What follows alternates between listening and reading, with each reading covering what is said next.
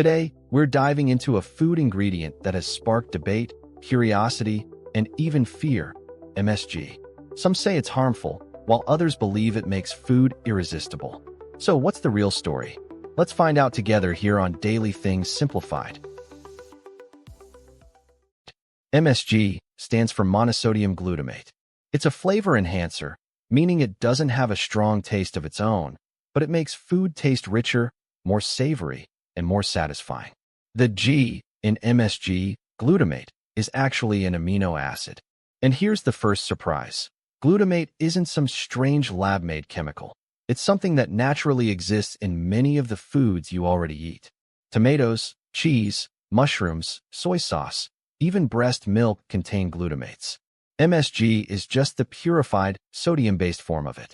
The story of MSG begins in Japan in 1908. A scientist named Kikuchi Ikeda was fascinated by the rich taste of traditional Japanese broths made from seaweed. He realized the taste was unlike salty, sweet, sour, or bitter. It was something entirely different. He called this fifth taste umami, which roughly translates to deliciousness in Japanese. Ikeda managed to isolate glutamic acid from the seaweed and combined it with sodium to make it stable. That was the birth of MSG. From there, MSG became a game-changer in the food world. It gave cooks and manufacturers a way to boost flavor without adding fat, sugar, or extra salt. Fast food chains, snack companies, and even fine dining chefs have used MSG to make dishes more mouth-watering. It quickly spread from Japan to China, then to the United States and beyond. But if MSG is just a form of glutamate, and glutamates are already in natural foods, why did MSG get such a bad reputation? The turning point came in 1969 when a letter was published in the New England Journal of Medicine. A doctor casually wrote in saying that whenever he ate Chinese food, he felt strange symptoms like numbness, weakness, and headaches. He wondered if MSG might be the cause. The media picked up the story and coined the term Chinese restaurant syndrome. From then on, MSG was painted as a dangerous chemical, especially in Western countries. Here's the problem. Those claims weren't backed by solid science. Over the decades, researchers put MSG under the microscope in hundreds of studies. The majority found no clear evidence that MSG causes headaches, allergic reactions, or long-term health problems in the general population. Some people may be more sensitive and could experience mild symptoms if they consume huge amounts of MSG on an empty stomach. But for most people, MSG is safe in normal quantities. In fact, food safety organizations around the world, including the U.S. Food and Drug Administration, the World Health Organization, and the European Food Safety Authority, all agree MSG is safe to eat. The FDA even classifies MSG as generally recognized as safe, the same category as ingredients like salt, vinegar, and baking powder.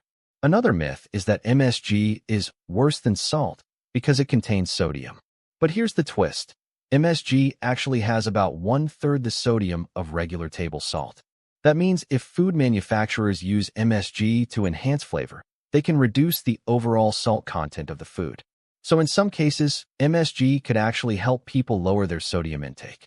So what about the idea that MSG is only used in junk food? That's not entirely true either. While yes, you'll find MSG in chips, instant noodles, and frozen meals, you'll also find it in restaurant kitchens and even in spice blends that professional chefs use. It's not limited to processed foods. It's just another tool in the flavor toolbox. Now, let's go back to umami, that fifth taste that Kikuchi Ikeda discovered. Understanding umami is the key to understanding why MSG is so appealing. Sweet signals energy from sugars. Salt highlights essential minerals. Sour warns us of unripe or spoiled foods. Bitter can warn us of toxins. But umami? It tells our body that protein is present, which is crucial for growth and survival. That's why foods rich in umami, like aged cheese, soy sauce, and slow-cooked meats, feel so satisfying. MSG is simply a shortcut to unlocking that umami taste in a wide variety of dishes. So, should you avoid MSG? Not really, unless you notice personal sensitivity to it. Just like some people can't handle caffeine or dairy, there may be individuals who react poorly to high amounts of MSG. But for the vast majority, there's no need to fear it. The bigger issue for health is how much processed food we consume overall, not whether that food contains MSG. Here's a quick example. If you eat a large bowl of instant noodles every day, it's not the MSG that's the main concern. It's the lack of nutrients, high salt, and saturated fats. MSG is just a flavor enhancer, not the core problem. To put it simply, MSG is neither a miracle ingredient nor a poison. It's just one of many tools humans use to make food taste better. It exists naturally in the foods we already eat, and when used responsibly, it can even make healthier food options taste more appealing without needing as much salt or fat. So the next time you see MSG on a food label or hear someone complain about it, you'll know the real story. It's not a scary chemical. It's a century-old discovery that's been unfairly misunderstood. And now you can explain why. That's it for today's video from Daily Things Simplified. If you found this breakdown helpful, don't forget to like, share, and subscribe.